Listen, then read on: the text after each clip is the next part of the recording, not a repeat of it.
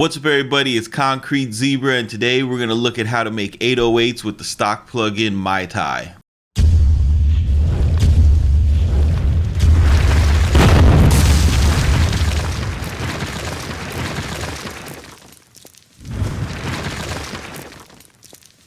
What's up, everybody? It's Concrete Zebra with Craftmaster Productions and Studio1Tutorials.com. Shout out to the new subscribers. I haven't done a video in a little while, so I got like 350 new subscribers. I can't say what's up to everybody, but just know that I appreciate you. Thanks for watching the channel. Today we're going to be going into something that I get a lot of questions about. People typically ask about mixing and mastering drums and 808s. Now, if you're doing hip-hop, and dance music, the low end is pretty much the defining characteristic of your mix. It's the defining characteristic of your sound, and it's you know, a very important part of your process. You know, everybody wants to know what do I think are the best samples, and I see this question everywhere. Like, if you go on a forum, Facebook group, you know, if it involves production, somebody's asking about 808 samples, and everybody's got a different opinion. My take on it is that the best thing to do is to just synthesize your own, because for one, when you get an 808 sample from somebody, that's all they're doing anyway. Most of the times the 808 samples, if they're true analog, they're going to be coming off an analog synthesizer that somebody sampled, the one shots, or they're going to be coming off a soft synth. It's the 808s that we use today aren't the 808s from the 808 drum machine, so you can just throw that idea out the window. All an 808 that we use today is a sine wave with a really long release. So let's get into that.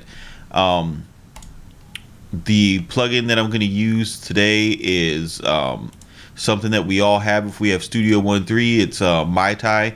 I've heard a lot about this synth, and I've had more time to mess with Studio One version 3, learned a little bit more about it, and made a couple patches with Mai Tai, and it's really, you know, it's a quality synth, man. Like, you know, I'd put this up there with something like Silent or something like that. I mean, it's bad.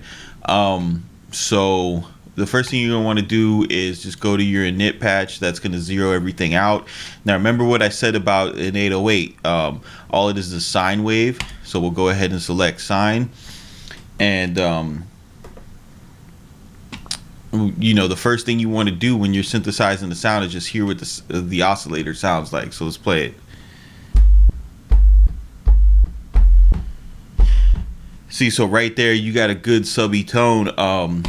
The next characteristic of the sound is that it has a really long release. So you want to go to the amp envelope, you know, and just turn that release up more than halfway. See what you get.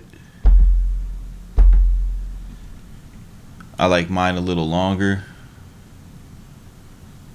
Pause.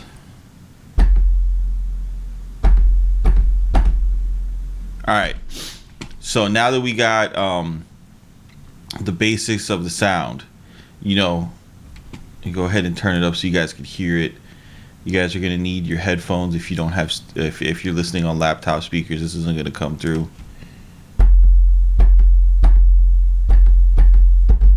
See right there, you got it sounds like an 808. Boom, you're like halfway there. The next thing you want to do is you want to switch your voicing to mono. That way each note cuts the previous note off. That way there's no overlapping of bass frequencies. Turn the quality all the way up because we're not going to be using a bunch of stuff on here. Now, the fun part that I think is the fun part, what you want to do is you want to start adding mid-range content and lower mid-range content to the sound so that it becomes more pronounced in the mix. You could start by just messing with this character knob.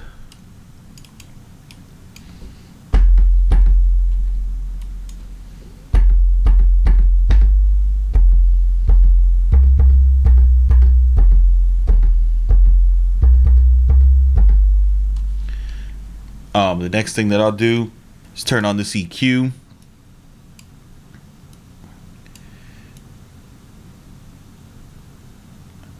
raise some of the mid content.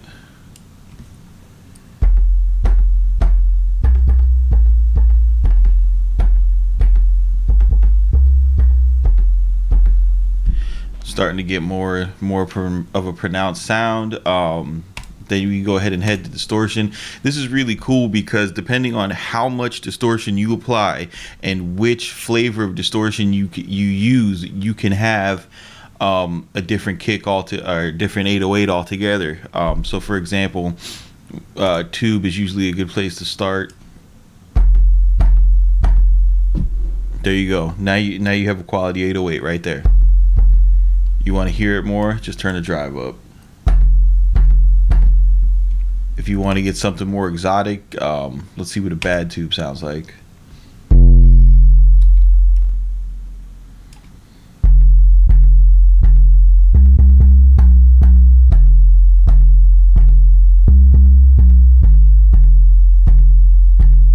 That's a really good sound right there. I mean, that's a perfect 808.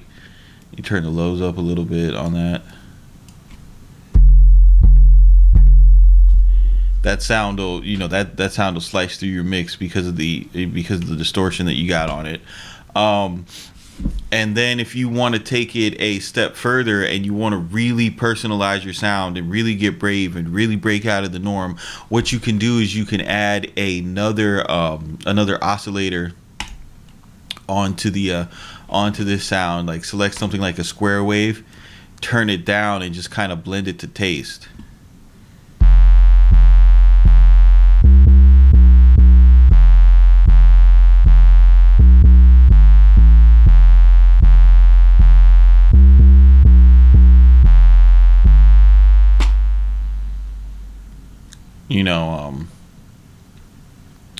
If you got too much high frequency content right there, you can go ahead and run your high pass filter and just kind of pull it back.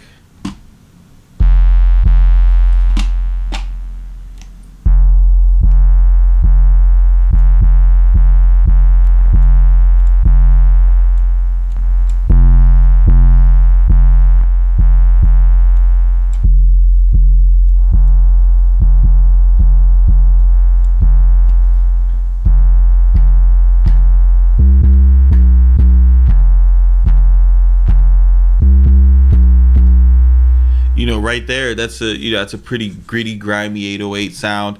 I don't think I've ever heard one that's quite like that before, so I'm gonna go ahead and save that because I'll probably wind up using that.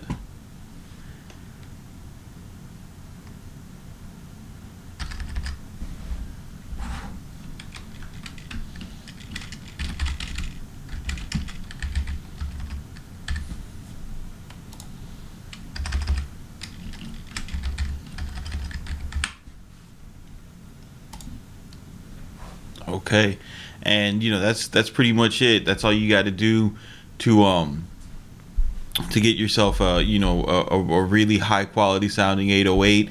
You do it with your own plugin, something that you already got. Based on what oscillator you pick for your second one, that'll determine what type of extra texture you'll put on it, if you want any at all. Remember, you could go ahead and change these distortions for a different flavor. So you have 1, 2, 3, 4, 5, 6, 7, 8 different types of 808s that you could create.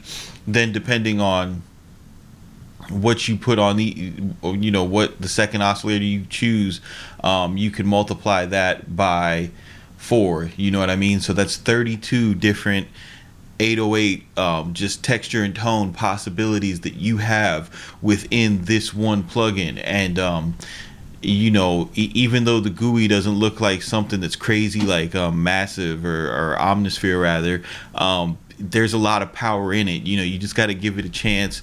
Be confident in that what sounds good, and just follow your ear and tweak stuff until you get something that you like.